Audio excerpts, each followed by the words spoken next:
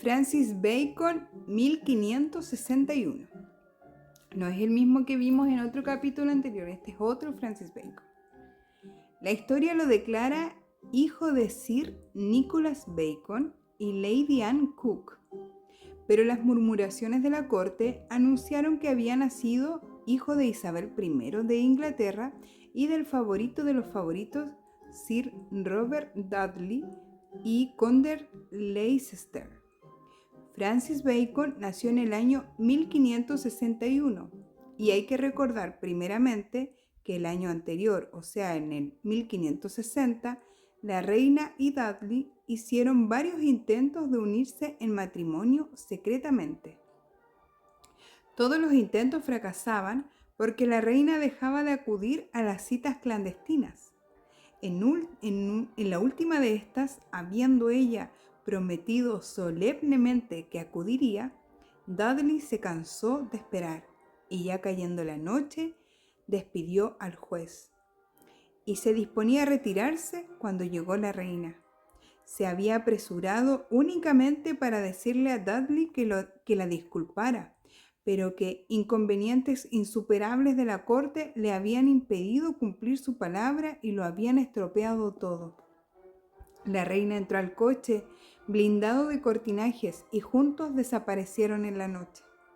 Al día siguiente, como si tal cosa, la reina recibía en su despacho los asuntos de su reino, pero a los pocos meses surgió la estratégica moda del talle puntiagudo y rígido como una tabla, que le bajaba el pecho entre voluminosos polisons de cada lado y sobre las caderas, y todo atrevidamente diseñado como para disimular un embarazoso embarazo.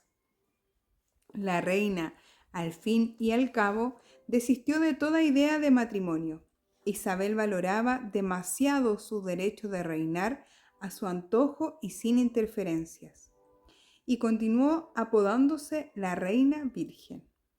Para poder continuar esa farsa, en la hipótesis de que el niño Francis fuera de ella, había que entregarlo en adopción a algún cortesano.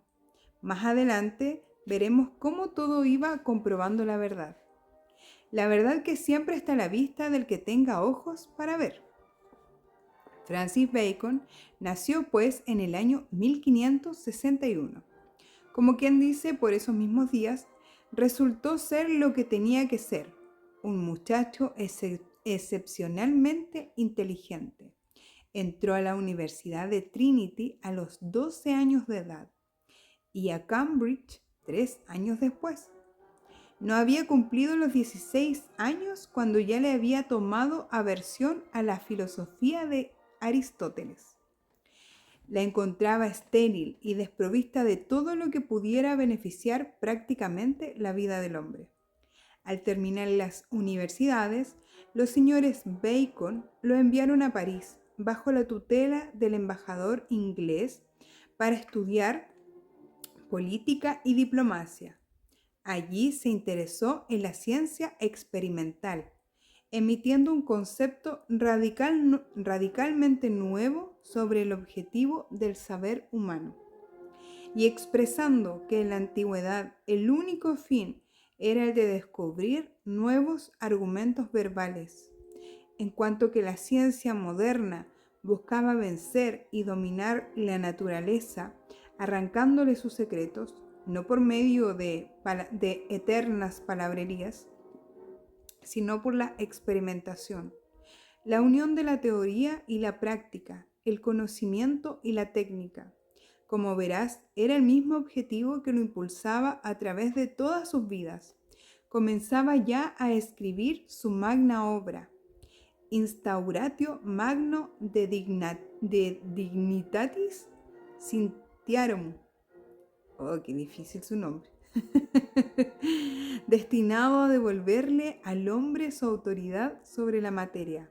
El hilo de Ariadna nos sigue señalando el temperamento del adepto en su costumbre de producir todos sus escritos en latín y en su empeño de llevar a la humanidad a dominar y a libertarse de toda atadura y represión.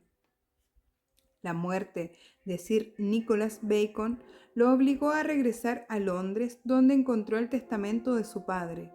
Le adjudicaba la parte flaca del hijo segundón y lo forzaba a ganarse la vida. Se entregó al estudio jurídico. Francis Bacon pasó 25 años de su vida a la sombra de Lord Berkeley, tío de él por parte de su madre, el cual lo obstaculizaba y lo humillaba sistemática y constantemente, y en forma tan marcada que daba a pensar que le había sido entregada la tutela del joven para que lo mantuviera no solamente vigilado, sino dominado y reprimido. Todos los intentos de Francis para lograr su situación apropiada en la corte fueron infructuosos. Se diría que la reina Isabel no tenía otro empeño que el de mantener alejado y olvidado aquel vástago de un pasado desafortunado. Al fin, tal vez forzado por las habladurías cortesanas y las suposiciones desfavorables para la reina y su agente Berkeley, éste le obtuvo un asiento en el Parlamento, pero toda idea de que pudieran aprovecharlo como instrumento dócil fue disipada. Lo primero que hizo el joven fue colocarse en la oposición contra una petición real que surgió. Esto, por supuesto, produjo la desaprobación de la reina y del tío Berkeley, y no hubo más favores. Sin embargo, resultaba casi imposible reprimirlo, ya que los múltiples talentos de Francis, sus trabajos científicos y literarios, aun en los momentos de mayor lucha contraria, engrandecían su reputación. En 1605 publicó su Avance del conocimiento divino y humano, que constituía la primera parte del Instauratio Magno, el cual iba a dar al mundo un nuevo sistema de aprendizaje y pedagogía. Con Francis Bacon comenzó otra vez la edad moderna de la filosofía. Al Organón de Aristóteles, él opuso su Novum Organum, así como Proclus había restaurado el neoplatonismo. Francis Bacon hizo renacer por cuarta vez en la historia del intelecto humano el platonismo y el neoplatonismo, libertando los intelectos de su tiempo de las discordias de las teologías aristotelianas. Lord Bacon era Rosacruz, llegó a ser imperator de la orden.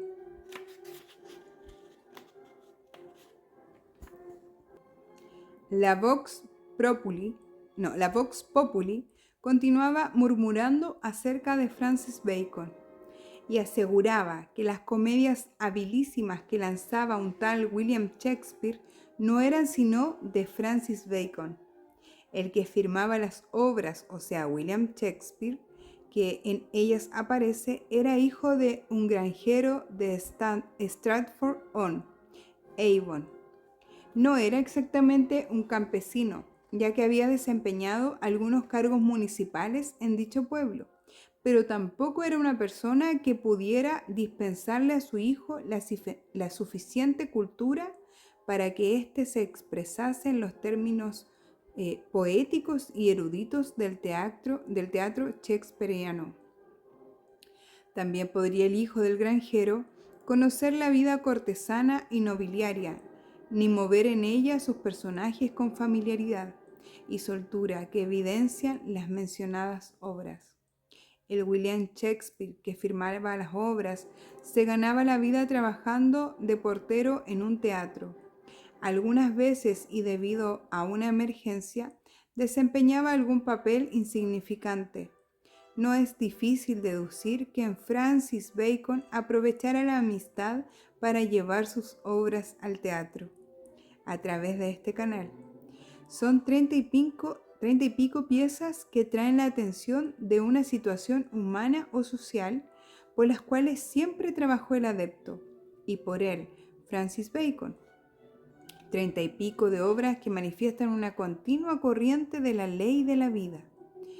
Lo que hoy conocemos tan bien, además, ha sido revelado por los hermanos mayores en metafísica, que las obras teatrales de Shakespeare contienen no menos de 500 acrósticos del nombre Francis Bacon, y también un código cifrado aparece en una de las obras, el cual divulga la instrucción interior de una escuela iniciática de la cual Francis Bacon era miembro.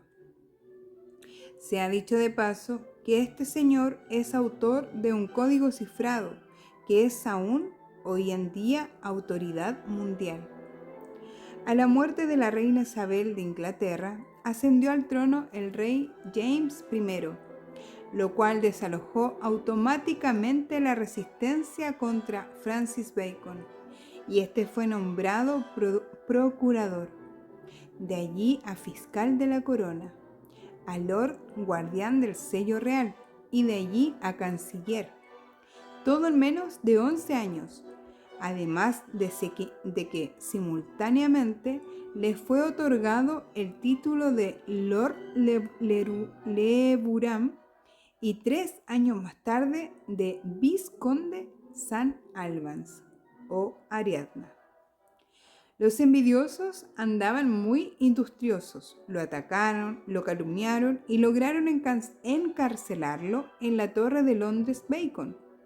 Era defensor de la política del rey y los amigos que habían servido a Isabel hubieran preferido verlo en el mismo plano humilde en que ella lo había mantenido.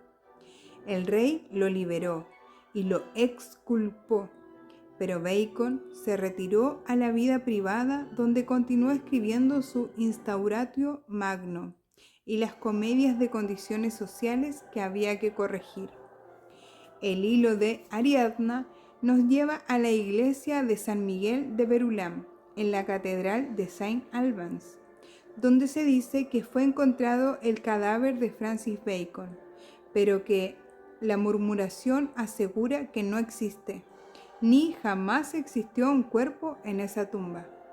En un plano de conocimiento mucho más profundo, vamos a comentar la encarnación del adepto en el cuerpo de Francis Bacon. Primeramente, todo niño trae en sus electrones estampado un número o frecuencia vibratoria, o sea, su ecuación.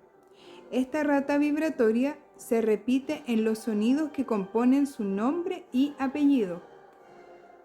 Para nada cuenta la coincidencia en el que el nombre de la madre, el nombre en que la madre desee ponerle al niño. Es su vibración la que se graba en la mente de la madre y la obliga a escoger el nombre que le corresponde al niño en esa encarnación. Si por alguna circunstancia el nombre es cambiado por el padre o los familiares, el niño sufre y sufrirá toda su vida de múltiples tropiezos y de frustraciones, desarmonías entre su sendero y su carácter o temperamento.